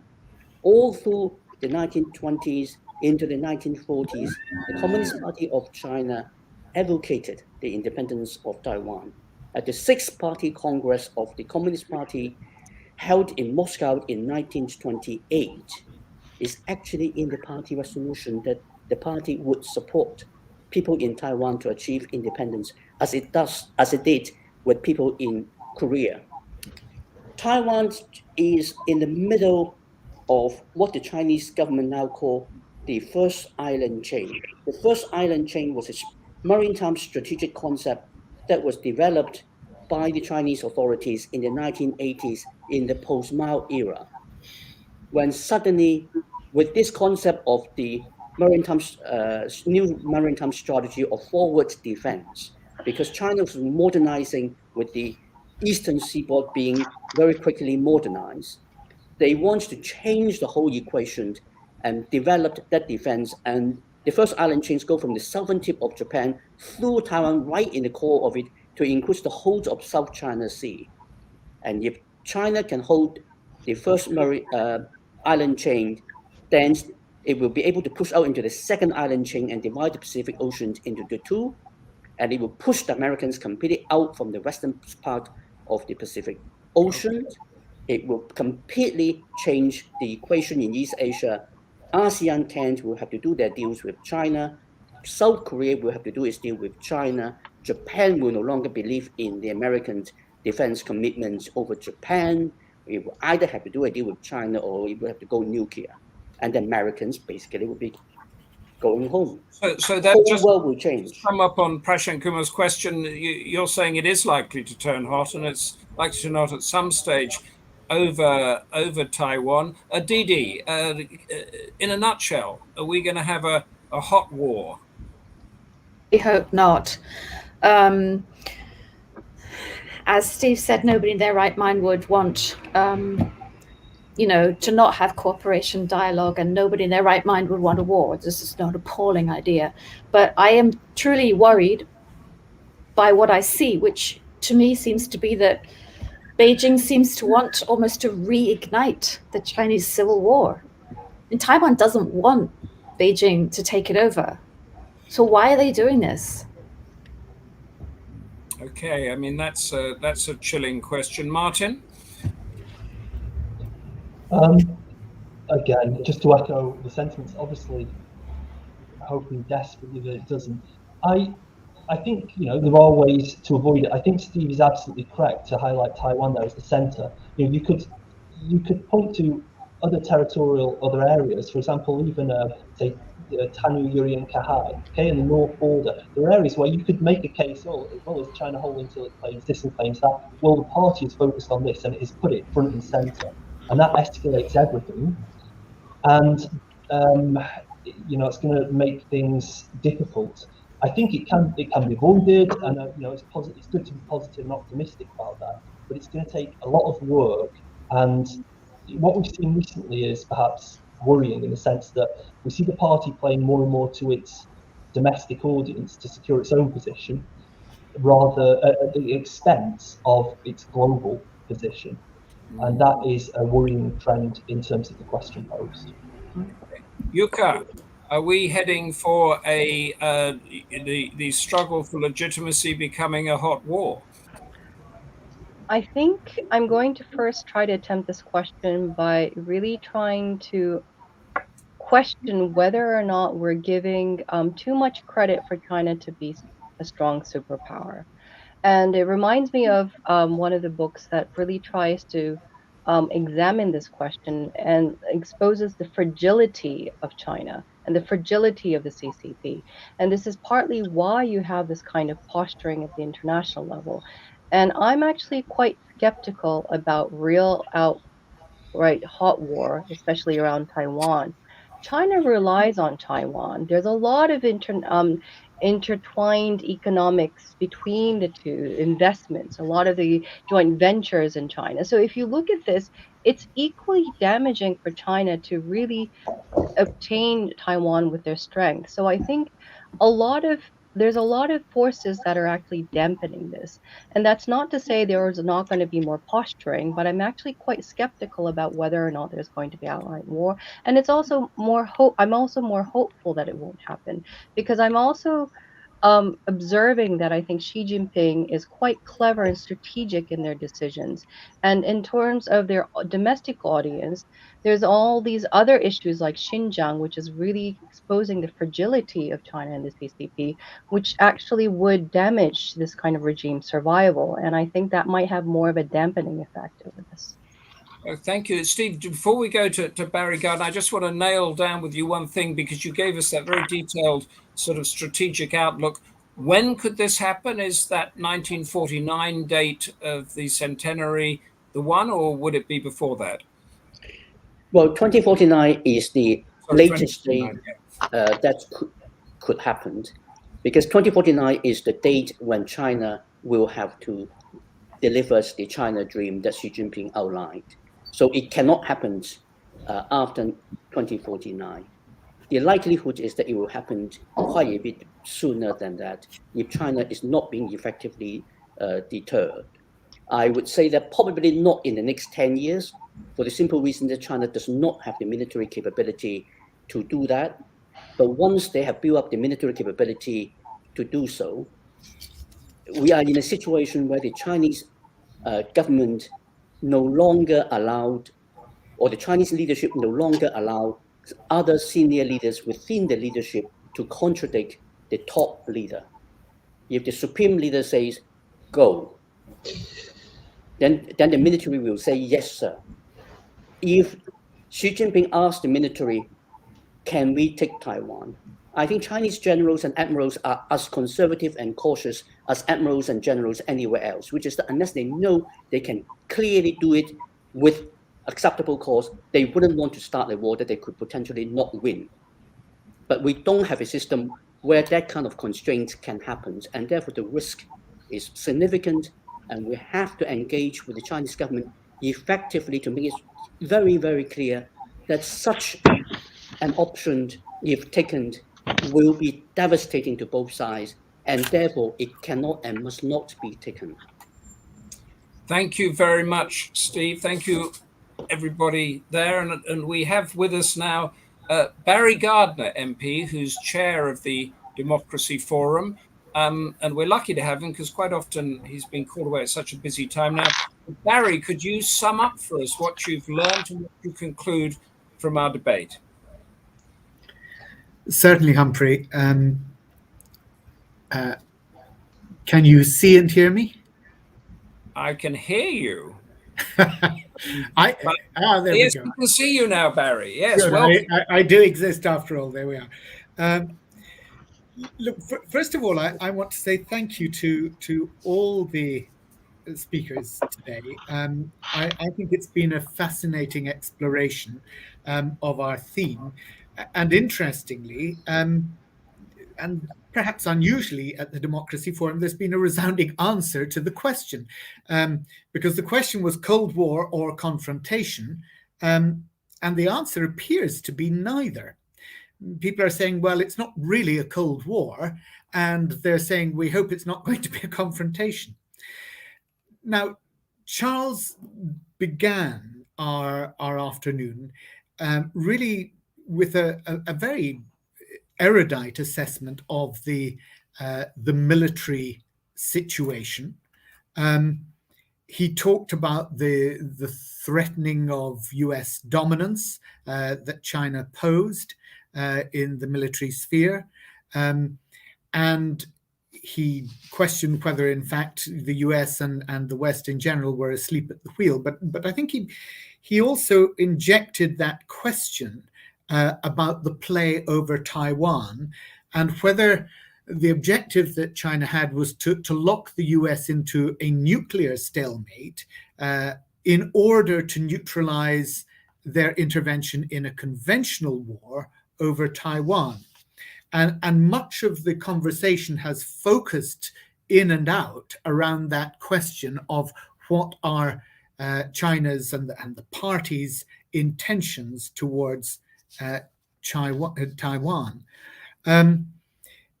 Now, Steve centered us down into Xi Jinping thought, the reintroduction of ideology, Chinese Marxism as he portrayed it.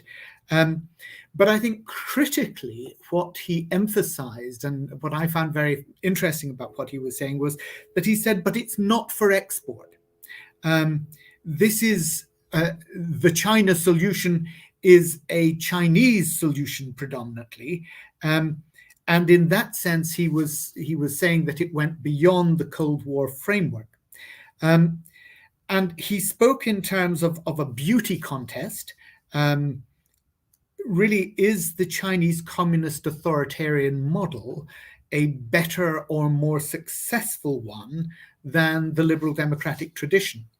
And if China is, he adopted the Trumpian phrase, make China great again. If this is about making China great again, how is China making space for that authoritarian regime? is it purely domestic? Is it purely a defensive posture? Or, he said, does it require respect on the global stage? And again, focused us back on that question of Taiwan and the need for the sovereignty of China to encapsulate not only Hong Kong, but also Taiwan. So the question here is, does China have to defeat the US in some way, either by militarily outranking it or outswanking it in order to retake Taiwan? And are we, in effect, by our own laxity in the West, not going to be able to play the strategic role that we might contemporarily envisage for ourselves if and when that eventuality comes? Now, Didi, Kirsten, Tatlow, she has a fundamental, and you characterized her talking about a messy wrestle, and of course this interplay between the corporate and the political is really fundamental. And I want to come back to this when we're talking about what was referred to later on as a values system, because I think this is really fundamentally important. But she was, in effect, posing the question of how we protect our open society. In fact, that's the question that she put in our private chat. Well, there I think we're forced to question our own position and say, well, how open are our societies? And when we come back to this question of values, I think one of the things that we've got to assess is when you look at the concentration of power, are we only looking at the concentration of political power, that is, power in the hands of politicians, when we talk about having an open democratic society? Or are we looking at the concentration of power in the corporate world, in a world where Microsoft can have, a GDP larger than Croatia or Walmart larger than Norway? The concentration of power in the corporate world it is a huge question for us, particularly when it comes to data and Microsoft and Apple and the accumulation of data that we're seeing in the corporate world. So I think we really begin to see the merging of this whole concept. And she quoted, I think she was quoting Xi Jinping, when she talked about the contest of systems and a higher and more effective democracy. I think he was referring back to where that had previously been said. So here we are, the Democracy Forum. We call ourselves the Democracy Forum. How do we need to interpret that word democracy? Etymologically, the demos, the common people, and the kratos, the strength or the rule. And is it the rule of the common people, or is it the rule by the common people, or is it the rule for the common people? And I think there are real questions here which the Chinese perspective has a very different take on to our own. So I need to press on to what Martin was saying, Martin Thorley, when he talked about the party state, and he really developed that concept of the interlinkages between the corporate and the political world, and he brought it home, I thought, very effectively when he spoke of Jardine Matheson and also the donations that had been made to the Conservative Party here in the UK, and the way in which there was that political and corporate entanglement that was beginning to make it very difficult to separate out. the corporate and the political. He didn't use the word corruption, but at least I don't think he did. But obviously it's certainly been a word that's been much in the news here in the UK over the past couple of weeks. So this wire mesh that you spoke of, Humphrey, rather than the messy wrestle, is where we begin to see the corporate and the political so entangled that the two different political beings are entangled also. And that was when we got on to talking about nuclear and the involvement in Britain's nuclear power, and both the military and the strategic risks that there might be there. And again, whether that would militate rather that there should be a cold threat rather than a hot one, because the commercial prosperity of each country is so intertwined with the other. Now, I too attended the COP, like Dr. Kobayashi. I was there for all 2 weeks of COP26 in Glasgow. And certainly one of the things that struck me, and I think resonated in what she said for me, was when she was talking about climate and COVID and these great global issues that need to be addressed. I've attended, I think, every COP, maybe bar one, since 2009 at Copenhagen. And I certainly felt that this COP, it was the first time that I really felt that instead of acting as 198 different parties, each with their own national interests and trying to assert those interests over and against each other, there was much more than previously a sense that this was a common problem of a global village that had to act corporately in order to be able to act effectively. And the other aspect of the COP that I think plays into this was the fact that business and the commercial world for the first time engaged at a much greater level in terms of finance and in terms of providing solutions than they had previously. And so here again, we have that interplay of the political on the one hand and the corporate on the other, but coming together to resolve these global issues, these global problems. And I suppose the question, I think she spoke of decoupling. The question is, can we have coexistence of our different views of democracy? And this question of, do the Chinese solutions work? Are they actually achieving things that our own system is not able to provide people?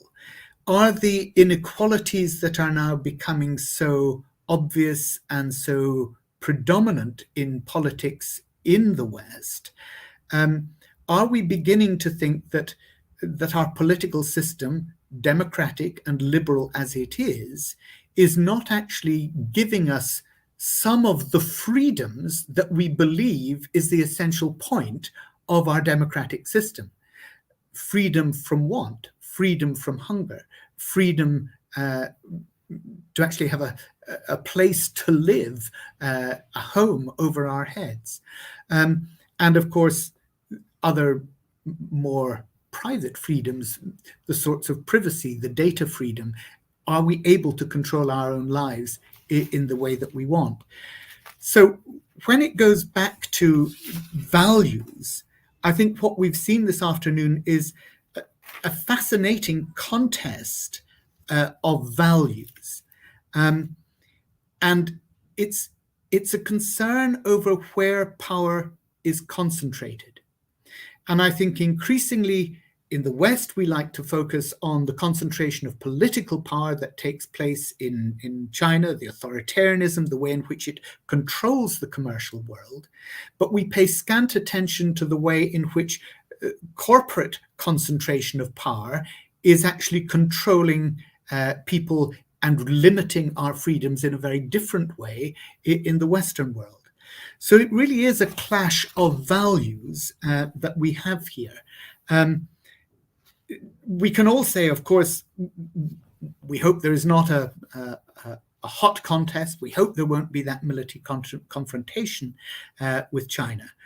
I think the real question is how we work out a modus operandi, a modus vivendi, a way in which we can live together, and maybe ultimately find a resolution to that beauty contest as to which affords us a better way of living and a way in which we feel that our essential freedoms are respected, both the ones that we treasure in the West and also those that might be pointed out we have actually limited by those in China.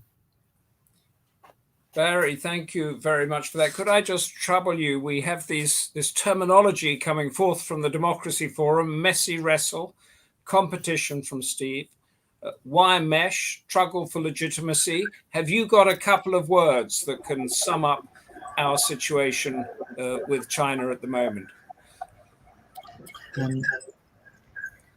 Coexistence. Coexistence. Okay, combative or amicable coexistence, we'll go with that. May well be either. One final thing I would say in response, I think, to the point Steve made about 2049. Steve, I've been a politician for 25 years. 25 years from now will be 2046. I haven't a clue what's going to happen in 2046. I haven't got a clue what's going to happen in 2026. And I suspect that if we're looking that far in the future, we're actually looking too far. We should focus on what we can do now to enable us to find a way of living together in our global community. And that may be by concentrating on the big global issues that we can only solve jointly, because there we have to engage with each other. And the more we engage with each other, the more likely we are to do it in a peaceful fashion. Thank you, Barry. When you become Britain's Foreign Minister, Foreign Secretary, we'll hold you to all those thoughts.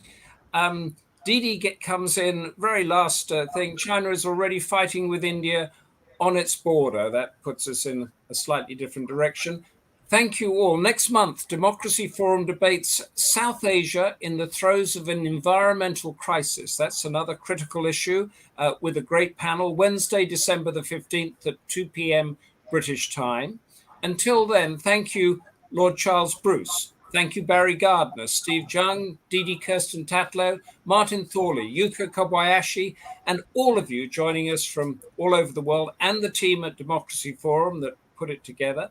And from me, Humphrey Hawksley, see you next month. Stay interested, stay involved, and stay safe.